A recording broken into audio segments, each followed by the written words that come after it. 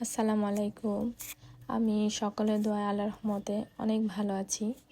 আপনারা নিশ্চয়ই সবাই ভালো আছেন। যে যেখান থেকে আমার ভিডিওটি দেখছেন সকলকে অসংখ্য ধন্যবাদ ও শুভেচ্ছা জানাই।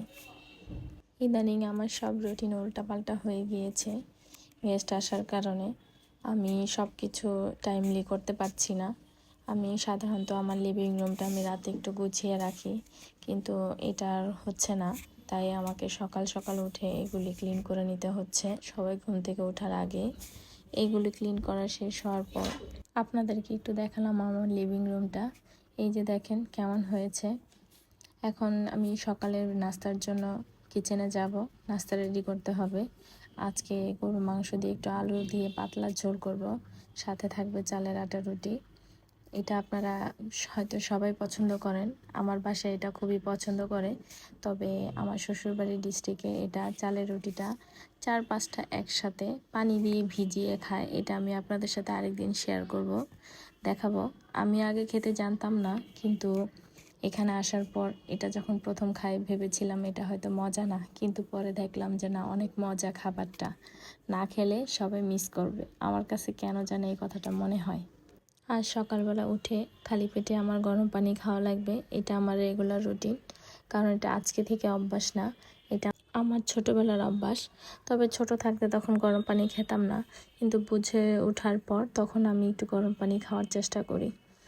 আর আগে থেকে আমি লিভিং রুম গোছানোর আগে আমি আমার মাংসটা ধুয়ে সুন্দর করে রেখে গিয়েছিলাম। সেটা এখন সব কিছু দিয়ে আমি মেখে তারপর চুলায় বসিয়ে দিব। এক পাশ থেকে মাংস হতে হতে আরেক পাশে আমি একটু কাবাবের জন্য মাংস রেডি করে নিচ্ছি। আর কাবাবটা রেডি করে রেখে দিলে ফ্রিজে যখন তখন বের করে খাওয়া যায়, এটা আমার জন্য সুবিধা হয়। অনেক সময় আলসেমি করে যখন তখন রেডি করে বানাতে খেতে ভালো লাগে না। আজকে একটু সময় পেয়েছি সকালের দিকে, তাই আমি ভাবলাম এটা রেডি করে রাখি। এখন মাংসটা হতে হতে আপনাদের সাথে একটা কথা বলে নেই।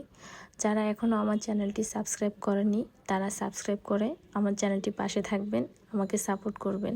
আর যারা অলরেডি সাবস্ক্রাইব করে ফেলেছেন তাদেরকে আমার তরফ থেকে অসংখ্য অসংখ্য ধন্যবাদ ও আমার ভালোবাসা রইল। চালের গুঁড়ির আটাটা আমি কিন্তু সবসময় ভালো করে করতে পারি না। মাঝে মাঝে হয়ে যায়, মাঝে মাঝে একেবারেই হয় না। তখন আমার জন্য অনেক অসুবিধা হয়ে যায়। যাই হোক, আজকেরটা মনে হচ্ছে অনেক সুন্দর হয়েছে। আর একটু টেনশনে ছিলাম কি জানি হবে না। আলহামদুলিল্লাহ ভালো হয়েছে এবং ভালোভাবেই করতে পেরেছি। মেহমান খাবে তো, তাই একটু টেনশনে ছিলাম। আর ঘরের মানুষ খেলে টেনশনই করতাম না, একটু মজা করলাম। আমি এই তো রুটি বানিয়ে নিচ্ছি। রুটি বানাতে বানাতে আমার এটা মাংসটা অলমোস্ট রান্না প্রায় শেষের দিকে। আমি আজকে এখানে গরম পানি ইউজ করেছি ঝোলের জন্য, যাতে এটা আরও তাড়াতাড়ি হয়ে যায়। এই তো আমার রুটি বানানো হচ্ছে। প্রচণ্ড গরম, ধরতে খুব কষ্ট হচ্ছে। আর এখন তো শীতের সকাল, সময়টা খুব দ্রুত চলে যায়। কেন যেন বুঝেই উঠতে পারি না কখন সকাল, কখন দিন, কখন রাত। যাই হোক, নাস্তার পাশাপাশি আমার তো চা লাগবেই। আমি একটু চা প্রেমী। আমার মতো যারা যারা চা লাভার আছেন তারা কমেন্ট বক্সে সাড়া দিয়ে যাবেন। নাস্তা খেতে খেতে আপনাদের কাছ থেকে বিদায় নেওয়ার পালা। যারা ধৈর্য সহকারে আমার ভিডিওটি দেখেছেন তাদের সকলকে অসংখ্য অসংখ্য ধন্যবাদ। আপনারা সবাই ভালো থাকবেন, আমার জন্য দোয়া করবেন। আল্লাহ হাফেজ।